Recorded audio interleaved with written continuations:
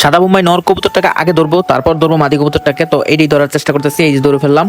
এখন ধরে এটা আজকে নতুন আনলাম কবুতরের জোড়াটা, জোড়া না ভাঙা ভাঙাই কিনছি। তারপরে এই দুইটা জোড়া মিলাবো আর কি। এই যে এই হলো নরটাই, নরের ডাক মাশাআল্লাহ অনেক সুন্দর ডাক। নরটাই আমার বেশি বেশি পছন্দ হয়েছে, তবে মাদি বোম্বাই পাইনি, সেই জন্য একটা হলো আপনার চুইনা মাদি আনছি, ওইটার সাথে জোড়া দিয়ে দিব।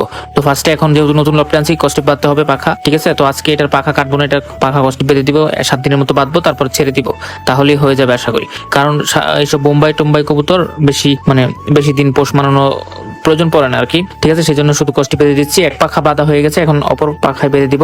আর অন্য কবুতর আমি অনেক কবুতর হলো পাখা কেটে দিই, তারপর অনেক কবুতরের পাখা তুলেও দিই, ঠিক আছে। এটা কবুতর বেদ অনুযায়ী আর কি, হ্যাঁ আইডিয়া অনুযায়ী। তো এটাকে কষ্টি বেঁধে দিচ্ছি। তো এই যে অপোজিট পাখা মানে 7টা করে পাখা আমি বেঁধে দিচ্ছি। এই আপনার 5 থেকে 7 দিনের ভিতর আবার এগুলো ছেড়ে দিব।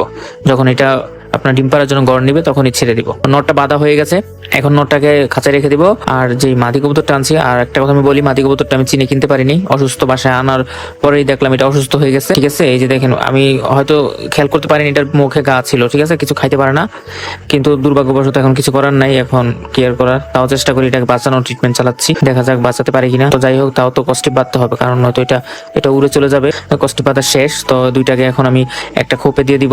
তাই এই দুইটাকে আমি ধরে ফেললাম, এই যে ধরে ফেললাম। এখন এই দুইটাকে আমি একটা খোপে ধরে ফেলবো। দেখেন নটটার সাথে কিন্তু মাদিটা মিলে নাই চোখ, কিন্তু কিছু করার নাই। দেখি জোড়া না মিলে যদি মাদিটাকে বাঁচাতে না পারি, তাহলে এটার জন্য চেষ্টা করবো একটা বোম্বাই মাদি কেনার জন্য। তো এই যে দুইটাকে এক খোপে দিয়ে দিলাম, ঠিক আছে। তো আশা করি জোড়া মিলে যাবে, নরের যেটা আর মাদি সুস্থ জোড়া মিলে যাবে। তো আজকে ভিডিওটা এই পর্যন্তই ছিল। তুফান বাতাস চলে আসতেছে, তাড়াতাড়ি করে নিচে চলে যেতে হবে, ঠিক আছে। দেখেন কি একটা অবস্থা, ভিডিওর প্রথমে কিন্তু এরকম আবহাওয়া ছিল না, এখন এই আবহাওয়া। এই যে দেখেন কবুতরগুলো উড়ে নিয়ে যাচ্ছে একেবারে। যাই হোক, ভিডিওটা এই পর্যন্তই ছিল, দেখা হচ্ছে নতুন আরেকটি ভিডিওতে। ততক্ষণ পর্যন্ত ভালো থাকুন, সুস্থ থাকুন, আল্লাহ হাফেজ।